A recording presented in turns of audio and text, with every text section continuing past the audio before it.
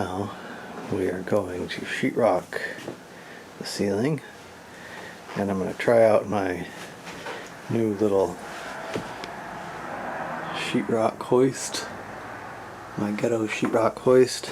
We've got a hinge at the bottom, so this can hinge out like so. Put the sheetrock on it. See how well this works. A little lip on the back side to keep the sheetrock on, and some spikes to catch it. So, see how this works? Yeah, this worked pretty well. So, tip the sheetrock on it, get it kind of lined up, put my ladder in place so I can use one hand to hold the sheetrock, the other hand to grab the ladder. And the ceiling height is right in here where I can kind of set the thing on my head. Now, I did get it in a little crooked, as you can see here, so I took one of the 3 screws out because I can still spin it with 2, and then came back and adjusted the back after I got the front pinned. And then it's just a matter of putting a screw everywhere the ceiling joists, and then there's actually furring strips behind that false ceiling running opposite the ceiling joists. So my goal is to get a screw into each union, right where all that wood lines up. Hence the chalk lines. Sometimes, like if I was doing new construction, I probably wouldn't put a chalk line for the screws. Alright, all the sheetrock is on the ceiling. And next, I want to be able to access the attic. I'm going to do it right there. Alright, we got in the attic. Hooking up our security system, got the wires running out to cameras out on the deck, and here's our quick setup. Yeah, first 2 cameras installed, wiring I'll put in later through the wall, and we can take a look at the attic.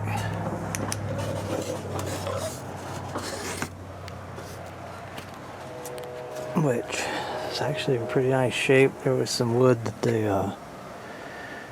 that had rotted or something, but they replaced it with new wood, put new sheeting on when they roofed it. It's all really pretty clean and dry. Pretty clean and dry. And there's our access to the porch. We ran our wires through to the cameras. Clean and dry. So, not a bad attic. Had insulation. I took some time to build a 2x4 bucket here. Keep the insulation from falling when you open the attic. This side's a little funny, but I gave myself a little seat there, so that's good. Alright. So there's our update for now. Up in the attic. Looking good, looking good. Okay, now we got all the slats on. That's a lot of nails. And now I need to just cut out the rest of this plaster. Now when I cut the attic access, I use this vibrating tool. And it worked great, except this isn't really a concrete bit, and it kind of was wearing the teeth off. So I'm going to try a different bit this time. This time we're going to try for a grout removal bit. I think this one's going to work a lot better. Actually designed for similar material. Let's see how this goes. So it turns out this stuff is pretty tough stuff. This worked pretty good to score it, but that was about it. It didn't really, it would have been a lot of work to actually cut through it, so I resorted to the old hammer. You know, can't beat a good old hammer. Great convincer. Way faster, I don't know. Anyways, it did help to clean up. Ready to put up some sheetrock. Alright, we got our piece prepped. Let's do this.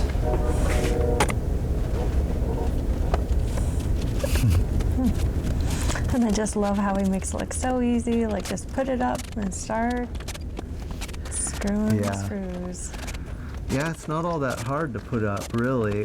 Some people put a block of like 2x4 or something on the wall and use it to rest it on and set it up there, but I don't know. I like to be quick, and so I did the old muscle through it. And you see I prepped a few screws in the sheetrock before I actually hung it, and that's a great trick because then you're not trying to fish for screws while you're doing it. Yep, and I put lots of screws in because why not?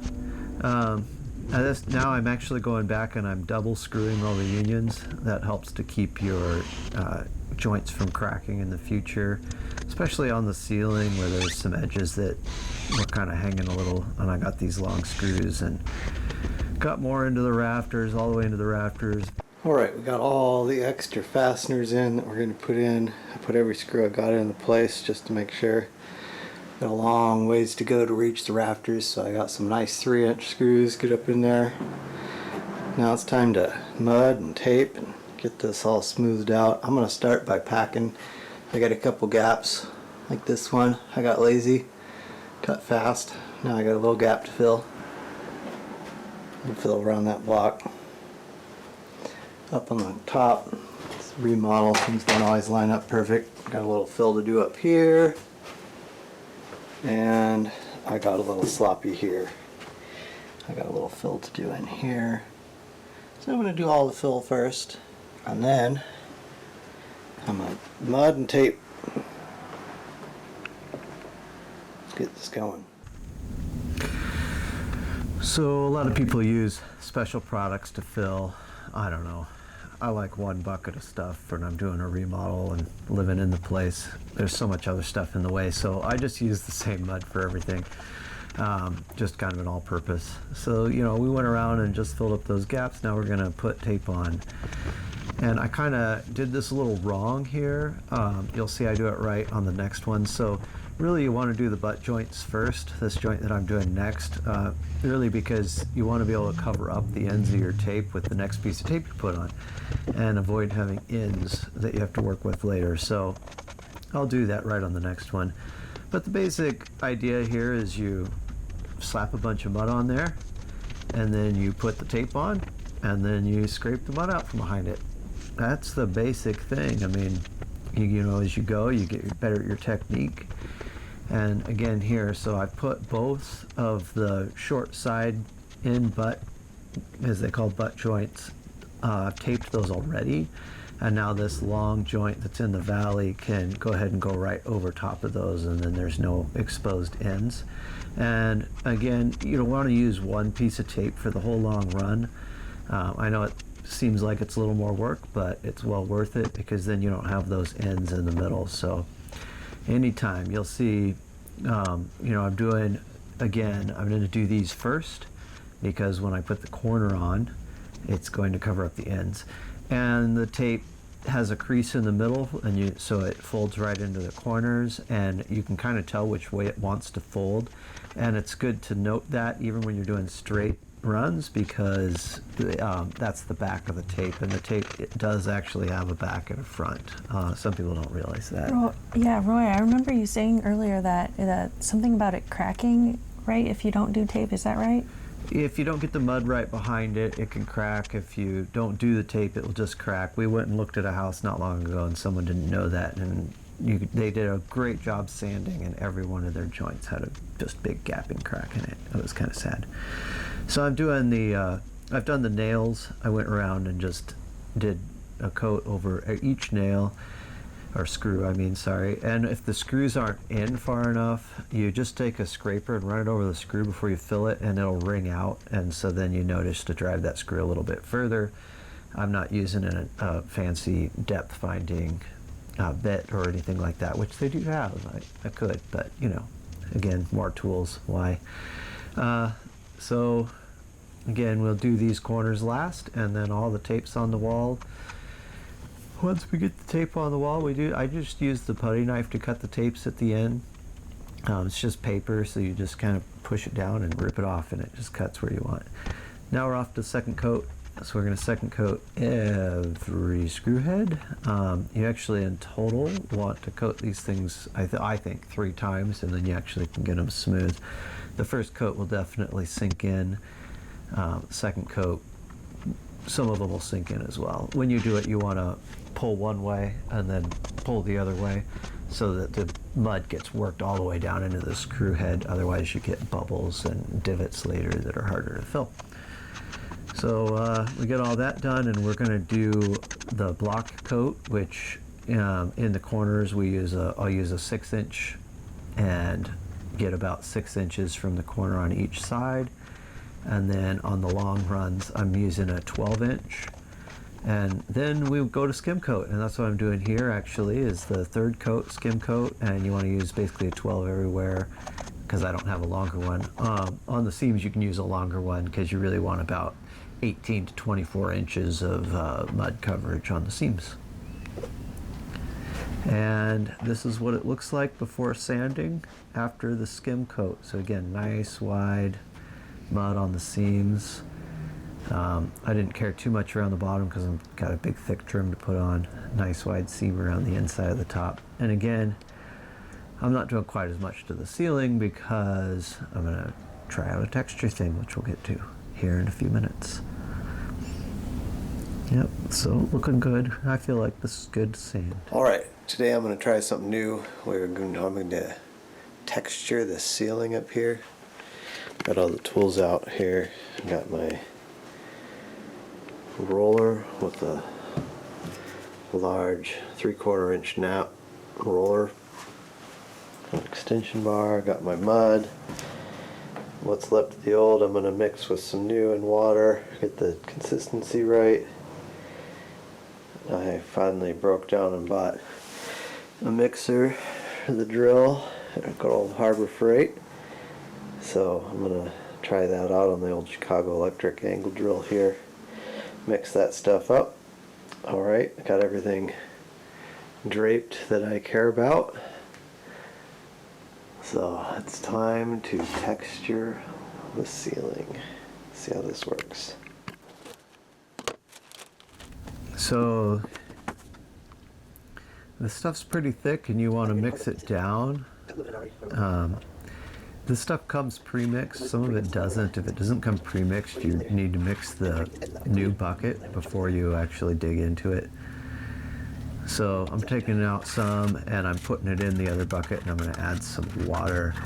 Now when you're done with the new bucket, I highly recommend you take your time and scrape all the stuff off the edges, because that's going to dry later and then fall in, and it's going to make your life miserable when you go to try and float out with this stuff later. So what do they say about cleanliness? Yep. And might as well drop test the drill while we're at it. All right, so we're going to add some water, and then we're going to get to mixing. And they say that you want this stuff to be like pancake batter. That's what everyone says. And so that's kind of runny, as opposed to, I don't know, muffin batter, cookie batter. We want pancake batter. So yeah, that looks like I could make really gross pancakes out of that. Gross. Just add baking powder. All right, off we go. Off we go. And this is the first time I ever did this. And so, given the prep work I did, I feel like I rolled the texture a little too thin. Because you can still see a few of the seams between the sheets. But other than that, I think it looks great. What do you think? I love it. Yeah, I think it looks perfect to me. I don't see any seams. Yeah, I think it worked out pretty well. If I look for them, I can find a few. But then we're off to sanding. Oh, sanding. This is always fun. Now, a lot of people use a round sander on a pole. Maybe someday I'll break down and buy one, because I guess it's a bit easier. I like to wet sand, as they call it. I'm using a sanding sponge here. I don't know, probably 120 grit-ish, maybe a little less. You don't need a whole lot of grit in it if you're wet sanding. And then you kind of be careful, because you can take a lot of material off in a hurry. So you're really just looking to get it smooth. And the wet sanding picks up a lot of the dust. It collects a lot of the dust in the sponge, and you rinse it off in the bucket. Next step in the process, We're gonna caulk a bunch of seams in here. I'll do one here real quick for an example under the window. And then I'm gonna go around to do anywhere the sheetrock meets the wood. It's all the way around there, up there, across the top over there, back across the top here, and on and down. Yeah, everything needs to be bug-proofed here. We'll be using the caulking gun and this cool little tool to spread the caulk out. It also has a knife to clean the old caulk out if you're replacing caulk and scrape. But this is really where it's at. 3 different radiuses you can use to do your corners. You smooth it right out with this. Wipe it off with a paper towel. Pretty awesome little gadget. So that's what we'll be using. There's another paper towel here. Always good to have an extra one of those handy when you're doing this.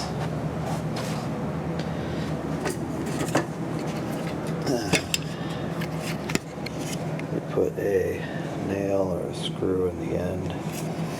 Keeps it from the last time I used it. Yeah, okay. Don't use rusty nails. It doesn't work well with the caulk.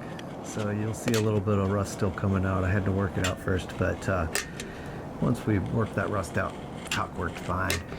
So I use a construction screw. It seems to work really well actually. So I switched back. And here we go. That particular seam I didn't care about too much because it's all going to get hidden up. I'm really just trying to get an air seal. Anything that's visible, I'll take more time and make it look nice and pretty. But I can't emphasize enough how nice it is to use that tool. I mean, look how quick this goes with the tool. I got a little slowed down in the corner. There was a bunch to paint in the corner with the thing, but here we go. This will illustrate just how fast it is with that tool. Got a nice long run done already. All the way down. Done. And a lot of homeowners won't caulk the sheetrock to the floor.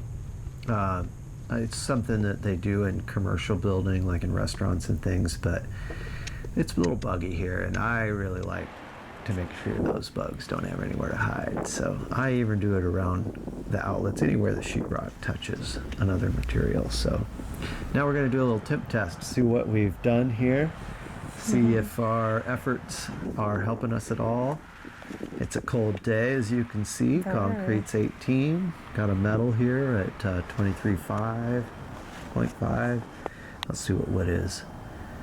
Oh, yeah, okay, 24.9. So we can safely say it's in the 20s outside. Yeah, we'll safely say that. Well, we're going to test the back door here.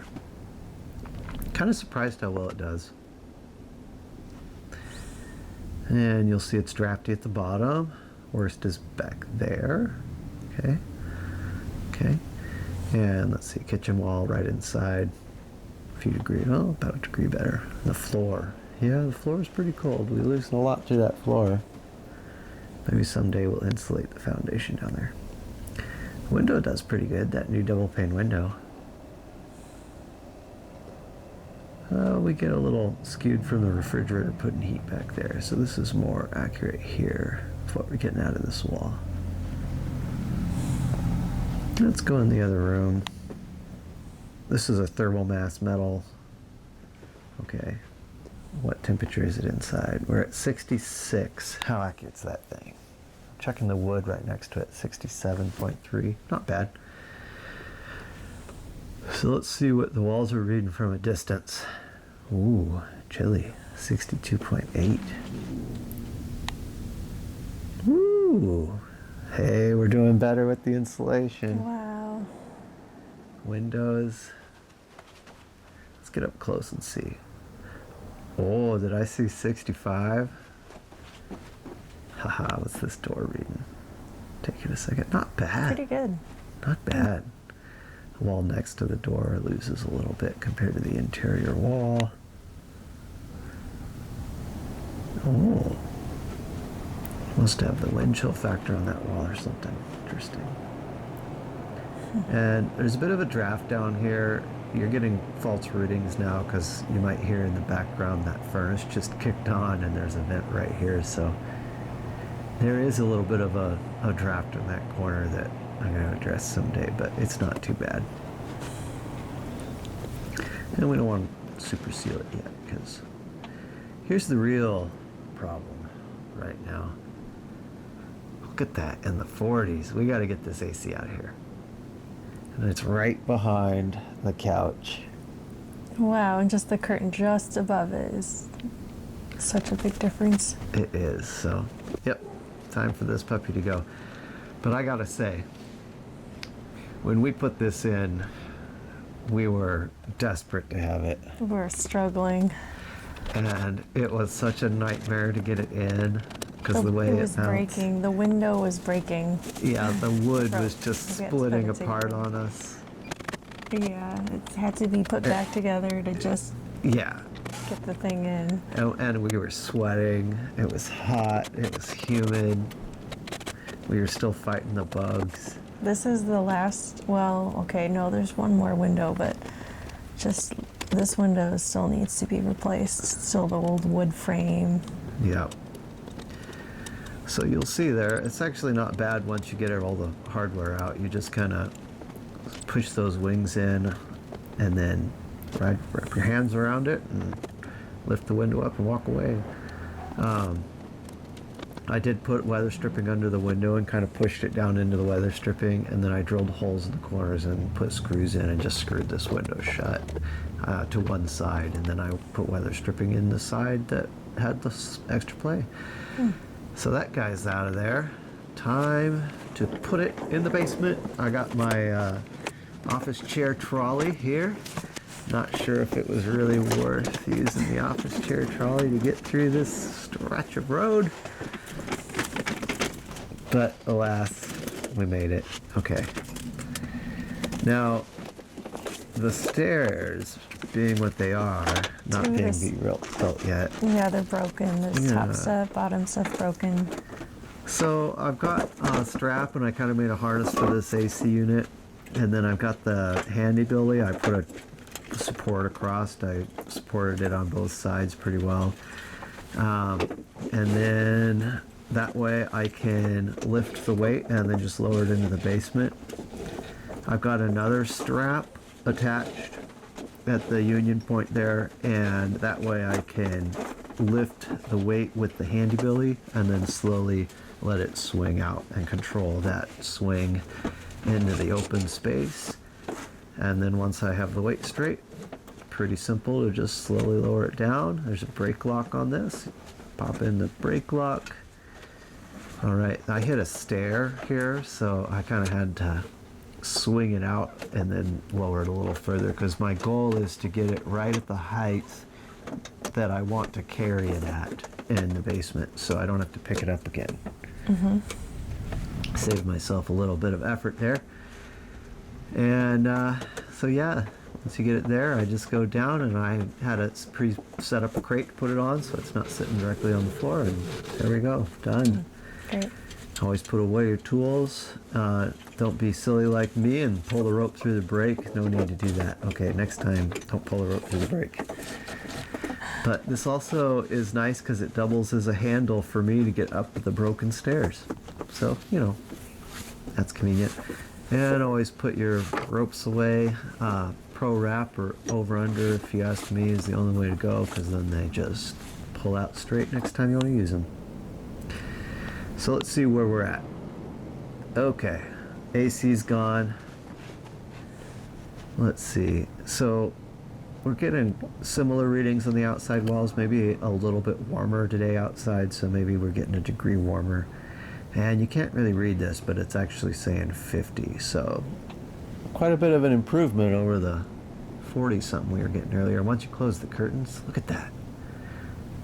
Look at that, we're all the way up in the 60s, which was those blackout insulative curtains closed over that window. Yeah, who knew the blackout Pretty cool. curtains also insulate? And 63 point something to 65 on this one. Yeah, that's a solid. That's almost 66. Getting out of town, going to Thanksgiving. Rosalie, captain of the ship.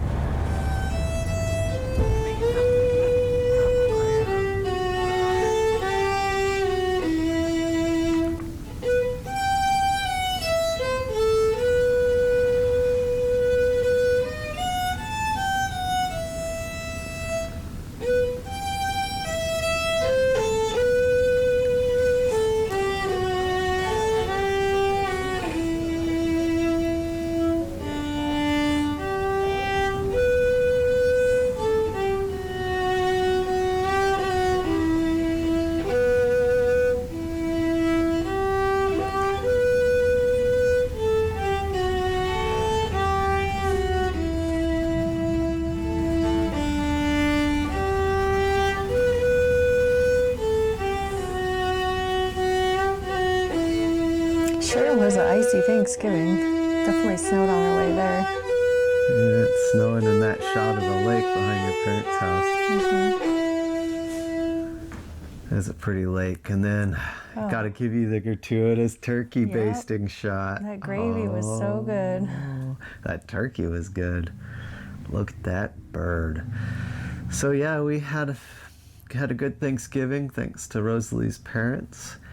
And there's a little surprise for you that they let us know about, and we'll let you know in a future episode about our little surprise here.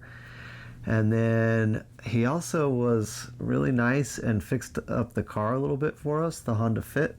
So Fit got a little work done, and he let us borrow his car to go home. So here we are taking his car through southern Michigan. What do you think of them clouds?